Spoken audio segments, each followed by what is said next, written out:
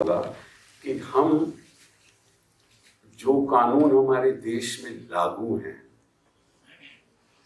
ان کے بارے میں ہم سوچیں، سمجھیں، ریسرچ کریں، اور سماج کا جو آج دائرہ ہے اس کو سمجھ کر یہ چاہیں کہ اس میں بدلاؤ کیسے ہو۔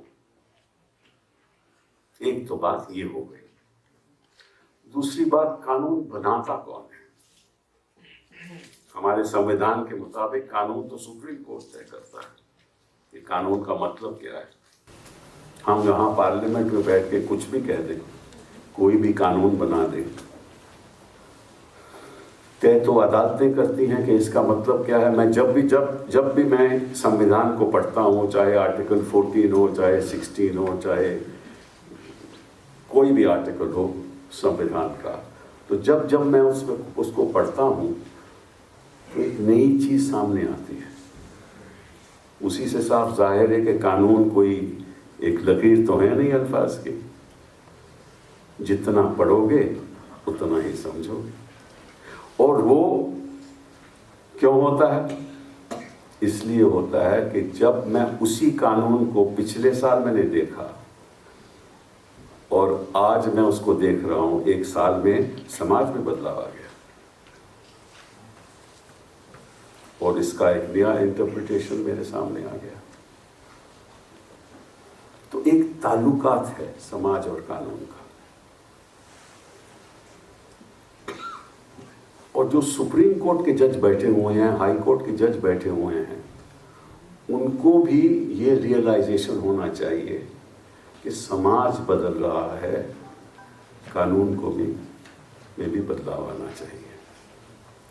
لیکن مشکل یہ ہے کہ جو سماجی بدلاؤ ہے وہ عدالتوں تک نہیں پہنچتا۔ جج لوگ یہ نہیں سمجھ پاتے کہ زمین پہ کیا ہو رہا ہے، بڑی بڑی باتیں کرتے ہیں، ایکوالٹی کی بات، فریٹرنٹی کی بات۔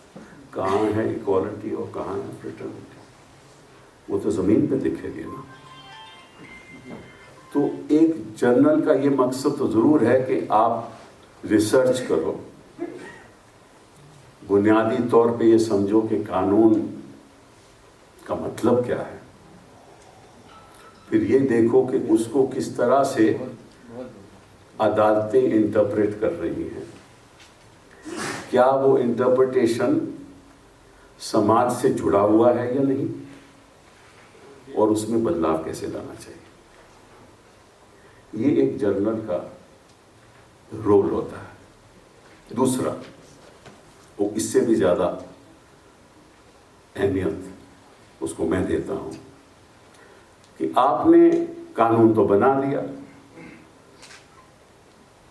آپ نے انٹرپریٹیشن بھی کر دیا، لیکن وہ زمین پہ لاگو کیسے کر رہا ہے؟ کیونکہ اصلی قانون کا بحال ہونا، انصاف کی اور بڑھنا تبھی قائم ہوگا جب وہی قانون انصاف کے دوارا زمین پہ لاگو ہو، اور اس قانون اور انصاف میں بہت بھاری انتر ہے۔ اسی لیے ایک بڑے مشہور جج تھے پنجاب ہریانہ ہائی کورٹ میں، جن کا نام تھا جسٹس دلت۔ پرانے جج تھے، بہت اچھے جج تھے۔ تو ایک وڈو ان کے کورٹ میں آئی اور رونے لگی، بولی کہ جج صاحب مجھے انصاف چاہیے، جج صاحب مجھے انصاف چاہیے، اور رونے لگی اور اپنی بات رکھنے لگی۔ تو جج صاحب نے کہا کہ بی بی جی، یہاں فیصلے ہوتے ہیں، انصاف نہیں ہوتا۔ تو اگر آپ یہ سمجھنے لگو کہ یہ فیصلے انصاف ہے تو آپ غلط راستے پہ جا رہے ہیں۔ انصاف تو آپ کو زمین پہ دکھے گا۔ تو دوسرا مقصد جرنل کا یہ ہونا چاہیے کہ قانون اور انصاف میں کتنا انتر ہے، یہی قانون کی اہمیت ہو رہی ہے یا نہیں، اور اگر نہیں ہو رہی کیوں نہیں ہو رہی، اس قانون کو لاگو کرنے میں اس کا نتیجہ کیا رہا،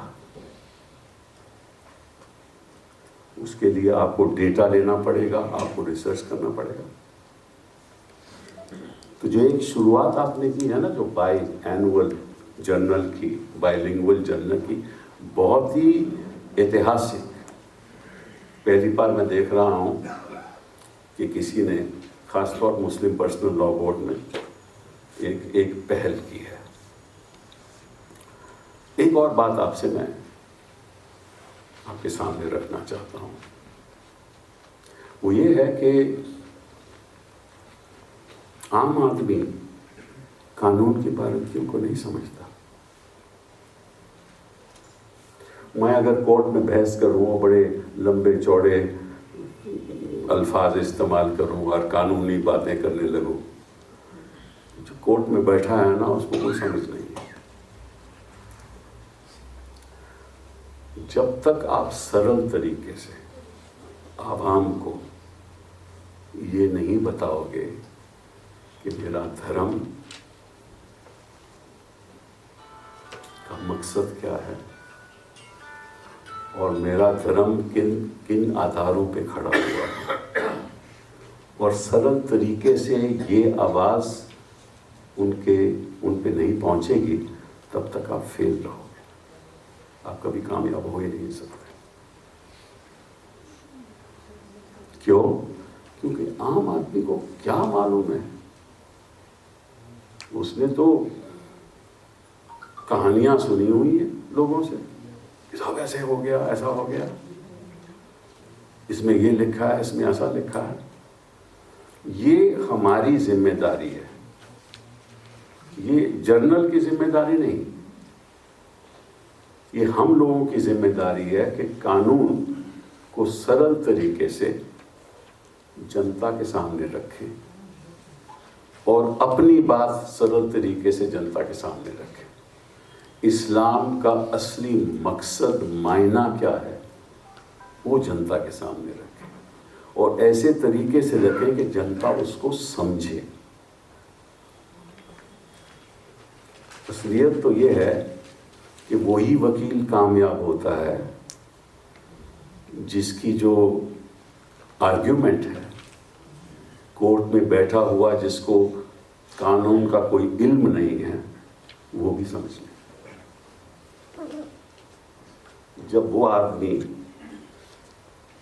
لاء کی بات سمجھ لے گا، حالانکہ اس کے پاس کوئی لاء ڈگری نہیں، تو اس لیے آپ کامیاب رہو گے۔ ایسے ہی دھرم کی بات ہے، جب تک آپ دھرم کی بات سرل طریقے سے سمجھائیں گے نہیں کہ میرا دھرم کیا کہتا ہے،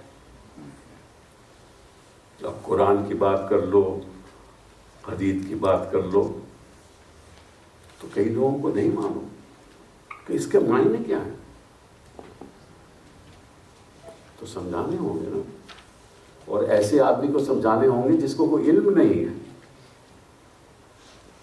جس کو کوئی زیادہ سمجھ نہیں ہے ان کی باتوں کی۔ بڑی بڑی باتیں آپ ریسائٹ کر دو تو اس کا کوئی فائدہ نہیں۔ یہ بہت ضروری ہے، کیونکہ تب انصاف، تب آپ کا دھرم لوگوں کے ذہن میں بیٹھ جائے گا، اس کا اصلی مقصد لوگوں کے ذہن میں بیٹھ جائے گا، وہ سمجھیں گے کہ آپ کس لیے کھڑے ہوئے ہیں۔ یہ بھی ایک بہت اہم بات ہے جو ہم سمجھتے نہیں۔ عدالتیں تو اپنا فیصلہ کرتی رہیں گی،